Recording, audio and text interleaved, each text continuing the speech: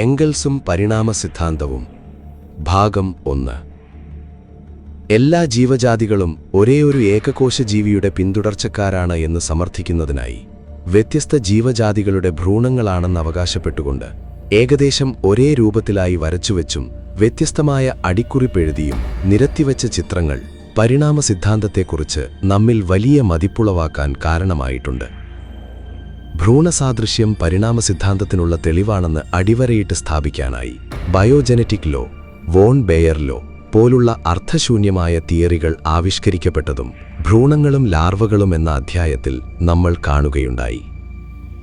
എന്നാൽ ഒരൊറ്റ ഭ്രൂണം പോലും ഒരു ഘട്ടത്തിലും മറ്റൊരു ജീവജാതിയുടെ ഏതെങ്കിലും ഒരു ഘട്ടത്തിലുള്ള ഭ്രൂണമാകുന്നില്ല. എന്തിനേറെ, ഒരൊറ്റ ബീജം പോലും ഒരു ഘട്ടത്തിലും മറ്റൊരു ജീവജാതിയുടെ ബീജമായിരുന്നിട്ടില്ലെന്നും ബീജമാവുകയില്ലെന്നും നാം മനസ്സിലാക്കുകയുണ്ടായി. അതുപോലെ തന്നെ മനുഷ്യന്റെ അത്ര തന്നെ സങ്കീർണതയില്ലാത്ത ചില ജീവികളുടെ പരിണാമത്തിലൂടെയാണ് മനുഷ്യന്റെ ഉത്ഭവമുണ്ടായിട്ടുള്ളതെന്ന് സ്ഥാപിക്കാനായി വ്യത്യസ്ത പരിണാമഘട്ടങ്ങളാണെന്ന് സൂചിപ്പിക്കുന്ന തരത്തിലുള്ള ഏകദേശം ഒരുപോലെ തോന്നിപ്പിക്കുന്ന കുറെ കുരങ്ങുകളുടെയും മനുഷ്യക്കുരങ്ങുകളുടെയും മനുഷ്യരുടെയും ചിത്രങ്ങൾ ക്രമത്തിൽ വരച്ചുവെച്ചിട്ടുള്ളതും നമ്മൾ പലതവണ കണ്ടു.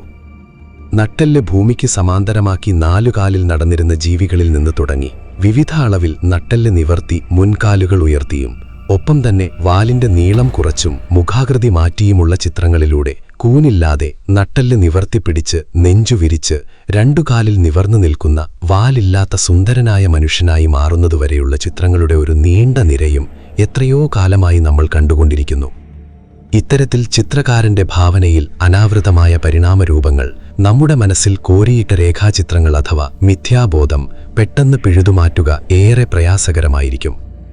എന്നിരുന്നാലും പരിണാമ സിദ്ധാന്ത വിശ്വാസം ഊട്ടിയുറപ്പിക്കുന്നതിനായി 1 നൂറ്റാണ്ടിലധികം കാലമായി പേറി നടന്നിരുന്ന ഇത്തരം ചിത്രങ്ങളിൽ പലതും വെട്ടിക്കളയുന്നതിന് പരിണാമവാദികൾ തന്നെ ഈ അടുത്ത കാലത്ത് മുന്നോട്ട് വന്നതായി കാണുന്നു.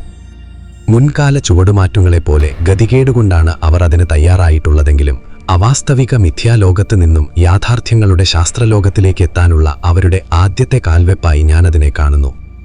വാനരനിൽ നിന്നും നരനിലേക്കുള്ള പരിവർത്തനത്തിൽ അധ്വാനത്തിനുള്ള പങ്ക് വിവരിക്കുന്ന എംഗൽസിന്റെ ലഘുകൃതിയിൽ പരിണാമ സിദ്ധാന്ത ഭാവനകൾ ലീലാവിലാസമാടുന്നതായി നമുക്ക് അനുഭവപ്പെടുന്നു. യാതൊരു തരത്തിലുമുള്ള പ്രകൃതിയാതീത ശക്തിയുടെയും ഇടപെടലുകളില്ലാതെയാണ് ജീവന്റെ ഉത്ഭവവും വിവിധ ജീവജാതികളുടെ രൂപവൽക്കരണവും സംഭവിച്ചിട്ടുള്ളത് അല്ലെങ്കിൽ സംഭവിച്ചുകൊണ്ടിരിക്കുന്നത് എന്നും സ്വന്തം പ്രവർത്തന ഫലങ്ങളാണ് മനുഷ്യനെ മനുഷ്യനാക്കിയിട്ടുള്ളത് എന്നുമൊക്കെ അവകാശപ്പെട്ടുകൊണ്ട് ദൈവത്തെ നിരാകരിക്കാൻ ശ്രമിക്കുമ്പോൾ പരിണാമ സിദ്ധാന്ത ഭാവനകൾ അതിന്റെ കാഷ്ടയിൽ അവതരിപ്പിക്കേണ്ടത് അനിവാര്യമാകുന്നു.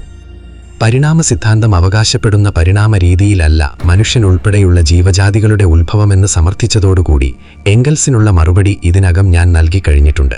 എങ്കിലും എംഗൽസ് കേവലം ഒരു വ്യക്തിയല്ലെന്ന് തിരിച്ചറിവുള്ളതുകൊണ്ട് ചില വിശദീകരണങ്ങൾ കൂടിയില്ലാതെ പോയാൽ വിഷയത്തിന്റെ ഗൗരവം ലളിതവൽക്കരിച്ചു എന്ന ഒരു ആരോപണം വായനക്കാരിൽ നിന്നൊരുപക്ഷെ ഉയർന്നു വന്നേക്കാം. ആയതിനാൽ ചില വിശദീകരണങ്ങൾ ഇവിടെ ആവശ്യമായി വരുന്നു. തുടരും. മനുഷ്യന്റെ ഉത്ഭവം എന്ന ഗ്രന്ഥം ആവശ്യമുള്ളവർക്ക് ഡിസ്ക്രിപ്ഷനിൽ കൊടുത്തിരിക്കുന്ന നമ്പറിൽ ബന്ധപ്പെടാവുന്നതാണ്.